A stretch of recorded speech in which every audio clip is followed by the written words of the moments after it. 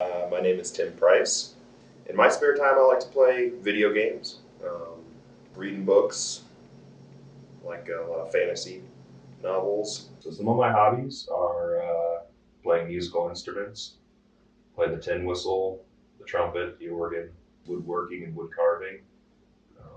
Enjoy building small decorative boxes and carving things into the tops of them. Do a little blacksmithing, a little metalworking.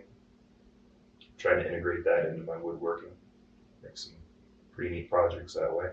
Oh yeah, I do a little whittling, wood carving. I'll use like a template typically and do relief carving on it and chip out the inside and create a nice little shape in box lids and stuff like that. I've had a bad incident with one of my hobbies before.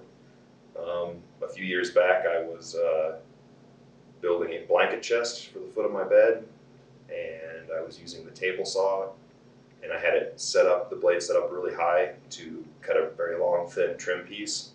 And I meant to move it back down, but I forgot. And as I was running my piece through, the blade wasn't there. I'm used to it being a lot lower, and the blade was up higher. And I turned it off, and I went to reach to grab my wood, and I drug my finger across the table saw blade and severed it.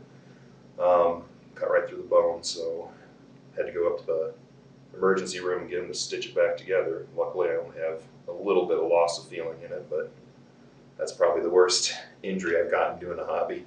If someone were to ask me for advice on a hobby, I would tell them to do some research before you start your hobby to make sure you actually want to do it, because some hobbies can have like a little bit of an expensive starting out point, and there's no point in spending a ton of money if you don't really enjoy the hobby.